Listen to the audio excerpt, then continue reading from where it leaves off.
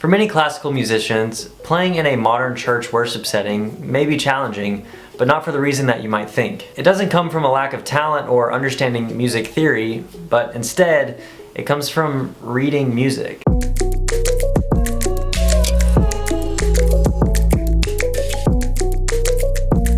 Many musicians are used to sheet music with a staff and quarter notes and rests, but for some reason church music has moved away from this. Modern churches just don't use sheet music. If you look up how to play your favorite worship song, it's pretty unlikely that you're actually going to be able to find a sheet music form of it. Maybe something can be found for a piano piece, but in my experience, finding any kind of sheet music for modern worship songs is pretty rare. What you are more likely to encounter is a chord chart. That can be kind of frustrating for some classically trained musicians, but for non-classically trained musicians, that presents an opportunity for them to actually be a part of the worship team without having that prior knowledge of reading sheet music. Chord charts are just a simplified version of sheet music that connects chord changes to lyrics within the song. This way of reading music is not practical in an orchestral setting where you have many different instrumentalists, many different kinds of instruments playing all these different parts. But on a worship team, it keeps everyone rooted to the base of the song while giving freedom to play different parts, however an instrumentalist would prefer. If you've never seen a chord chart before, it may look something like this. Each letter above the lyrics correlates to a chord that should be played at that moment. If you are able to keep time in your head, or maybe you have a metronome going, that can help you know when to change chords as well. Of course, this doesn't work for every instrument. Drums obviously have no use for a chord chart, but what they can do is keep a drummer in line with where the band is during a song. A lead guitar player, like myself on occasion, may not need to rely on a chord chart while I'm playing a specific riff during a song, while other instruments like keys and bass and acoustic guitar may rely a lot more heavily on a chord chart. And unlike sheet music, you can't sight read a chord chart, at least not without having prior knowledge of the song beforehand.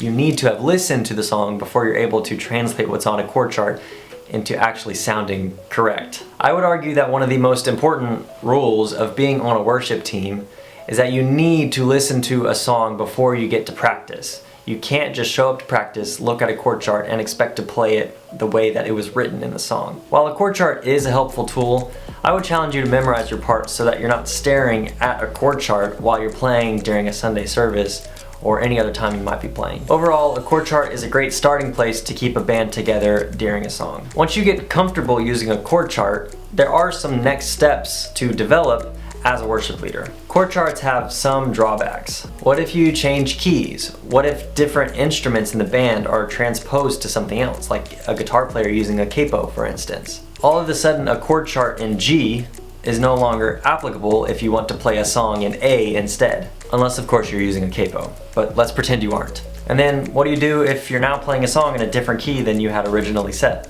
There is a way around this, but it requires some knowledge into music theory and numbers. Remember back in middle school when you were starting to get into algebra and letters were being introduced to math? You know, like x equals negative b plus or minus this, you get it. Well, we're gonna flip that and change letters to numbers. The numbering system is an easy way for a band to communicate chord changes during an instance like I was talking about earlier. Instead of a G being a chord on a chord chart, you may see it written as a 4, like the number 4. You can think of it as being a sort of code that your job is now to decode as you're playing. This is a little complicated and takes a lot of time and practice to understand how to decode a number chart and also how to do it quickly, but learning the system is a great step for you to become a more professional player. So how do numbers work? Think about a music scale. We will start with the key of C. The notes in this scale are C, D, E, F, G, A, B, and C. Let's give each of these a number starting with 1. The most common chords in a worship song are the 1, 4, 5, and 6 minor chords, and then sometimes the 2 minor. So, in the key of C, this will be C, F, G, and A minor, and then of course the D minor if you want to throw in the 2. If we are looking at a chord chart in the key of C, we can instead look at it using numbers. By remembering which chords correlate to these numbers, we can use this number chart in the same way as we would a chord chart. And no matter the key you play in, the number chart can stay the same. It then becomes your responsibility to learn the order of chords in each key. This is where time, practice, and memorization will need to come in, and I would highly encourage you to spend some time learning this language. It not only has individual benefits, but also team benefits. If an entire team is able to communicate even verbally with numbers, then anyone is able to quickly translate what chord they are needing to play whenever a number gets said or read on a piece of paper, even if the guitar player is capoed or the keys player is transposed to a different key. Here's a clip from a Sunday morning service at my church a couple weeks ago. You can see me here with an MD mic that allowed me to speak to everyone in the band through our in-ear monitors. At this moment, I was using the mic to say numbers as a way to remind everyone which chord to play. The chords here changed from B flat to C to B flat over D to C to B flat to C to B flat over D to C over E. Now on the fly, I couldn't say all of these letters because the acoustic guitar was capoed and he was also singing the song and using different chord shapes. So I didn't want to complicate things for him.